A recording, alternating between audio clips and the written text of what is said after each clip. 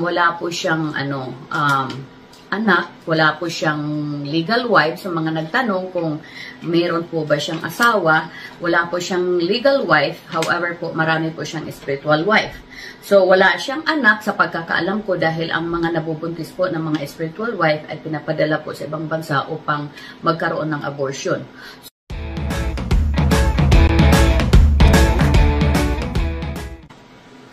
Papangalanan ko po yung iilan sa mga spiritual wives ni Pacquiao. Pero bago ko po bago ko po i-cover yan, meron pong nagtatanong sa akin galing sa sa YouTube. Gusto ko lang pong i-discuss. Ang tanong po, yung miracle worker daw po ba ay allowed to get married? So it seems to me na itong nagtanong sa akin knows what the kingdom language. Kasi itong miracle worker, gamit to ni Lolo Kids, ni Disappointed Son. Yung mga workers, mga full-time workers po na pinapadala sa iba't ibang bansa, ang tawag po sa kanila ay miracle workers kasi aalis po sila sa kanilang pamamahay, drop off po sila sa kanilang mga lugar po. Wala po silang dalang kahit maliban sa sometimes yung paper, yung sulat lang. At sometimes din yung mga paninda nila, pero babalik po sila na may daladalang resources. So kaya tinawag ko silang mga miracle worker kasi lahat naman na nangyari sa kaharian ni Disappointed Son ay nanggagaling po sa pawis at hirap ng kanyang mga miracle worker na tinatawag. So, allow daw po ba sila na mag-asawa? Nung time ko po, nung ako po ay nandoon, hindi po allowed. However po, nagbago po yan, naging allowable po yan kung ito po ay nakakatulong sa kanilang gawain.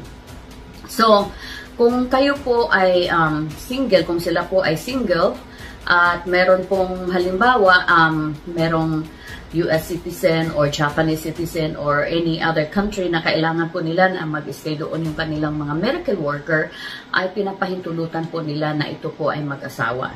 So, in most cases po, ito po ay sham marriages lamang. Katulad po ng nangyari dito sa US, isa po yung sham marriages sa mga kasong ipinatong po sa kanila.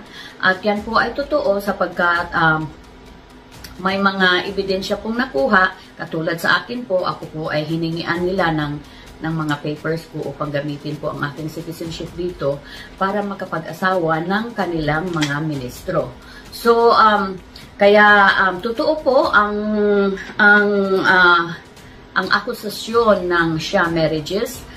In fact, may mga nakuha po silang evidence na, hindi ko po sasabihin dito yung mga evidence, kasi hindi naman po tayo sa court. Antayin na lang po natin na tayo po ay haharap sa korte.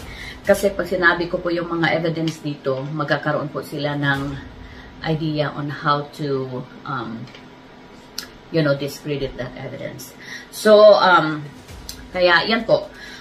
At saka may nagtanong din po na si Kibuloy daw po ba ay may anak. Sa pagkakaalam ko po, wala po siyang anak, wala po siyang legal wife. Sa mga nagtanong kung mayroon po ba siyang asawa, wala po siyang legal wife, however po marami po siyang spiritual wife.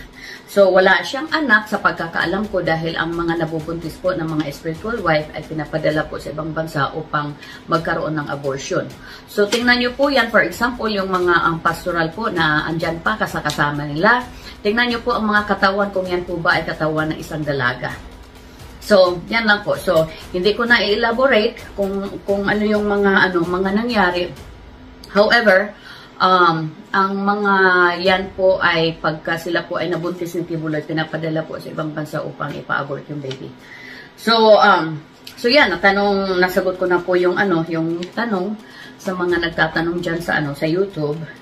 At gusto ko lang din pong i-discuss yung yung sinabi ngayon po, ang sinasabi po ni Disappointed Son, dahil siya po ay booking na sa kanyang pag-aari ng sanlibutan, kasi wala naman po siyang universe ngayon, maliban sa Tamayong patpuntang Samal, yan na lang man po ang ang world niya ngayon. Takot naman po siyang pumunta ng Maynila, dahil andoon po yung US Embassy.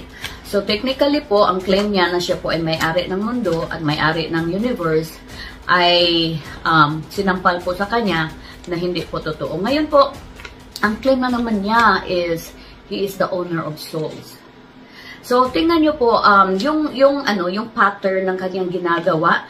He is making an ambiguous claim. Yung mga claim ba na it's open for interpretation, bakit po ganon? Just to create confusion to people's mind.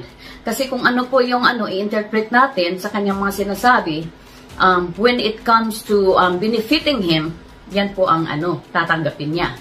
So, sabi niya, siya daw po ay owner ng souls.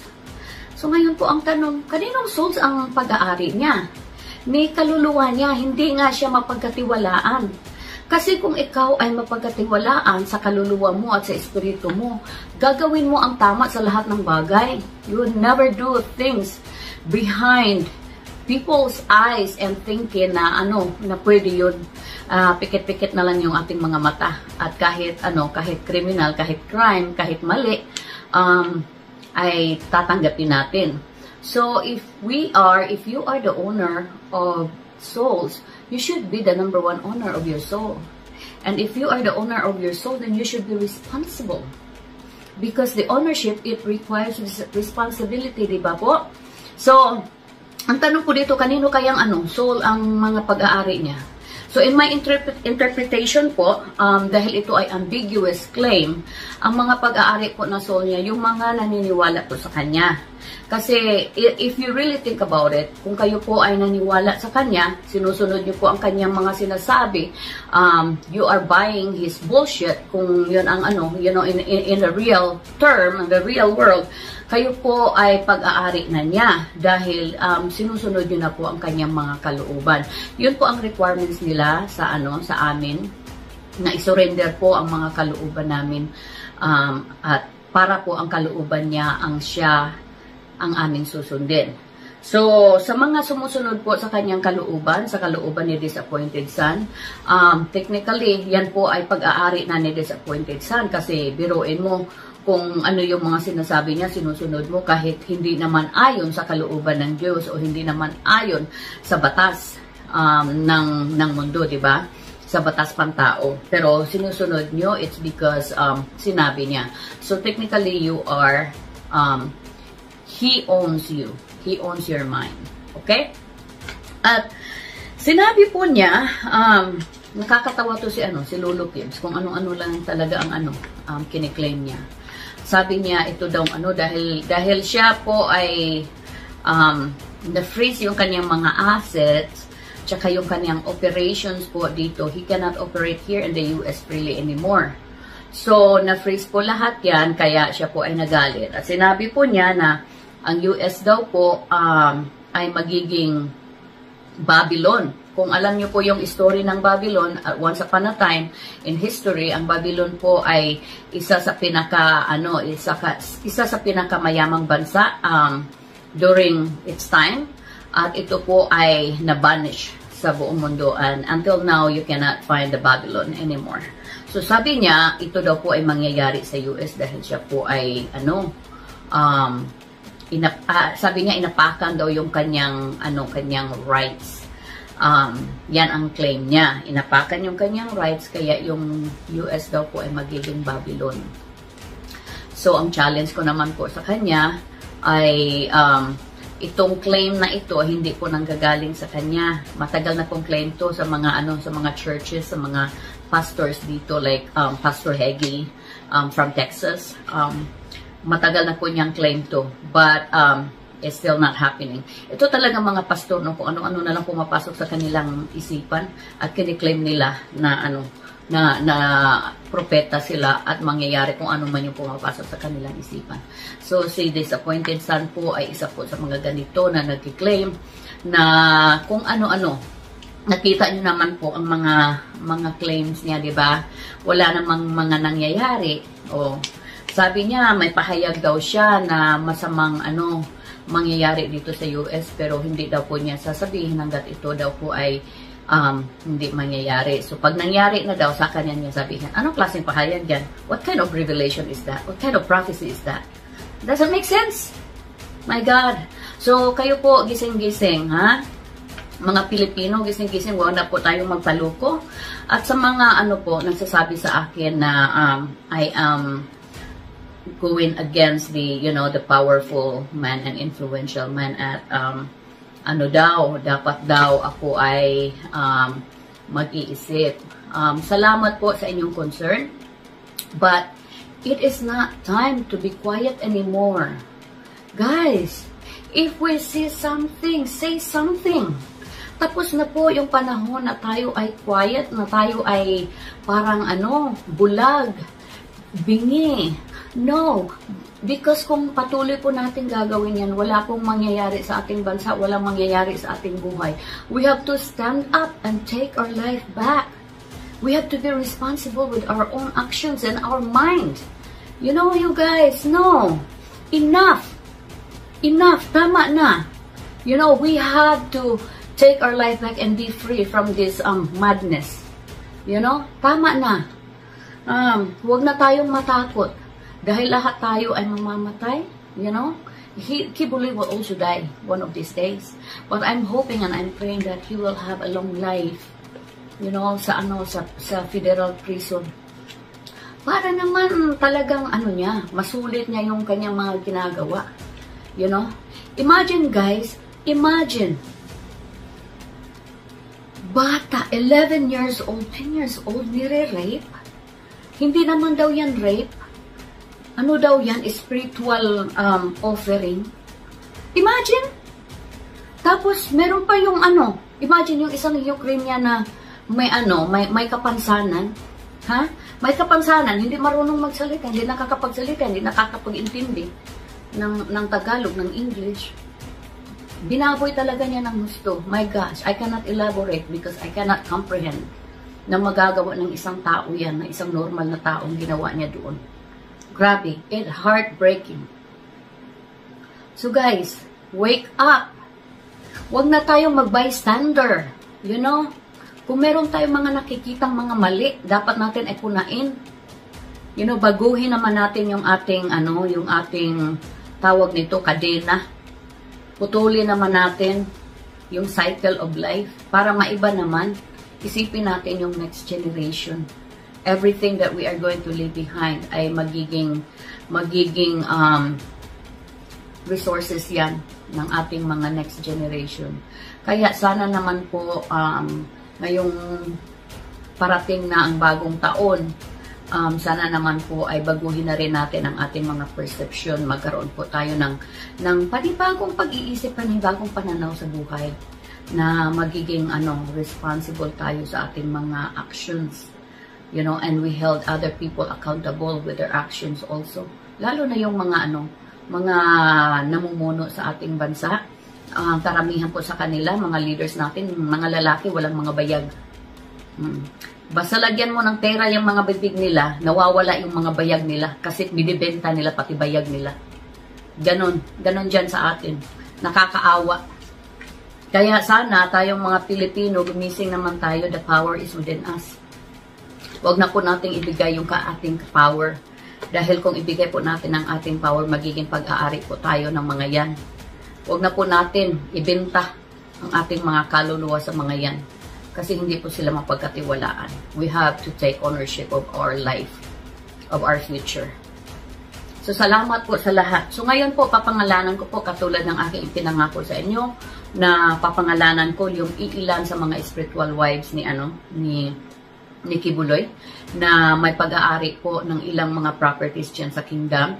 Hindi ko po mapangalanan lahat because some of them are not together in the, sa case.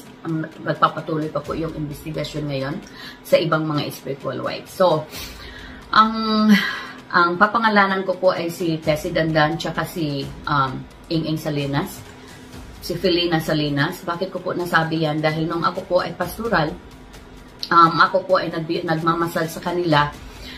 Silang dalawa po ay tinanong ako kung ako daw po ba ay virgin ng time na yun. Ilang taon pa naman po ako, 15 years old ako nung pumasok. Siguro nung time na yun, nung ako ay minamassage ko po sila, I was 17 years old, 16 to 17 years old. Magkaisa po ang tanong nila, ako daw po ba ay virgin. Nung sinabi ko naman po na wala akong karanasan at that time, doon na po yung nag-umpisa nung pinapapasok-pasok ako doon sa sa kwarto ni appointed son. Tapos marami na akong restrictions. Bawal na ako makipaghalubilo sa ibang mga workers, bawal ako makipaghalubilo o makipagsalita, ano ba tawag nito? Sa Tagalog, sa Bisaya pa, bawal na ako makiistorya yung mga lalaki, you know. I wasn't allowed to even talk to anybody, the opposite sex, or even, anyone who were not pastorals. So, ang allowed lang po sa akin na kausapin ko at magiging kaibigan ko yung mga pastoral lang po. Pero nung time na po yun, hindi ko po sila sinunod. So, I never followed them, kaya ako po ay naalis doon. Yun po ang saving grace ko, na hindi po ako naging biktima ni Kibuloy sa mga alay-alay na yan dahil po sa aking katigasan ng ulo. And I'm so proud of that.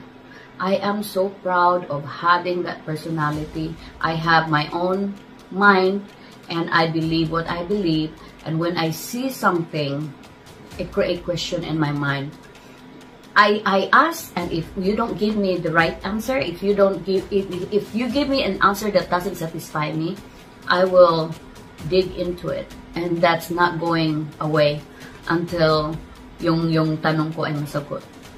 So ako po ay nagpapasalamat dahil yan po ang binigay sa akin ng Panginoon na personality. Kaya ang mga properties po ng kingdom ay nakapangalan po sa iba't ibang mga spiritual wives ni Disappointed Son.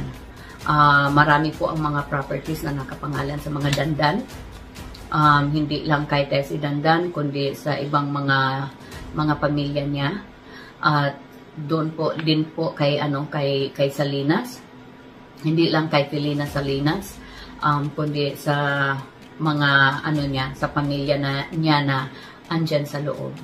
So, pero karamihan po sa mga malalaking properties ay nakapangalan sa isa pang apelyido. Maraming mga apelyido na nakapangalan individually yung mga properties ng kingdom. Lalo na ngayon na ganito ang nangyayari, bago po nangyari itong case, itong investigation po, nilipat na po nila sa kanilang iba't ibang mga pangalan po individually. So kayo po mga members, workers na many years you offered your life, your belief into this monster kingdom. Sana naman po kayo ay magising at kung gusto niyo pong suriin ang aking mga sinasabi, imbestigahan po ninyo yung ownership po ng kingdom properties, kung sino po ang mga may pag-aari. So, salamat po sa lahat. Abangan nyo po ang susunod kong video. Marami pa po tayong mga pasabog, lalo na po ang bagong taon ay parating na. Yung mga pasabog po natin ay hindi nagbabago dahil marami po sila na we need to hold them accountable. So sa susunod po ay yung mga ginawa naman po nila sa mga lalaking workers. Marami pong mga lalaking workers na nilagyan po ng siling labuyo yung kanilang ari, yung kanilang mata, yung buo nilang katawan, at sila po ay talagang tinorture ng hindi basta-basta. So, sa susunod po na video ay tatalakayin po natin yan para sila po ay maimbestigahan doon sa Pilipinas. Kasi itong mga workers na to, nag-aantay lang na maalis yan makuha yan si Disappointed Son at harapin kami dito. Pag siya po ay naharap na dito sa amin, yung mga ministers dyan na very abusive, I feel sorry for you kasi yung mga workers na inabuso nyo noon, they are just waiting for the right time. So, abang-abang po tayo kasi hindi na lang po ako nag-iisa dito, dumadami po tayo. We are millions now. Yung mga workers na matagal nang lumabas at yung mga bagong lumabas ay kasama ko po sila sa laban na ito. Hindi po sila nagsasalita but they are behind me. So salamat po sa lahat sa mga sumusuporta po sa amin. Patuloy po nating ipaglaban ang tama para we can hold each other accountable. Yung lalo na yung mga yung mga salarin dyan, yung may mga atraso sa bawat isa. Hindi na po tayo papayag na tayo po ay apak-apakan, you know. Hindi na po tayo papayag. We are better than that now. So, ngayon po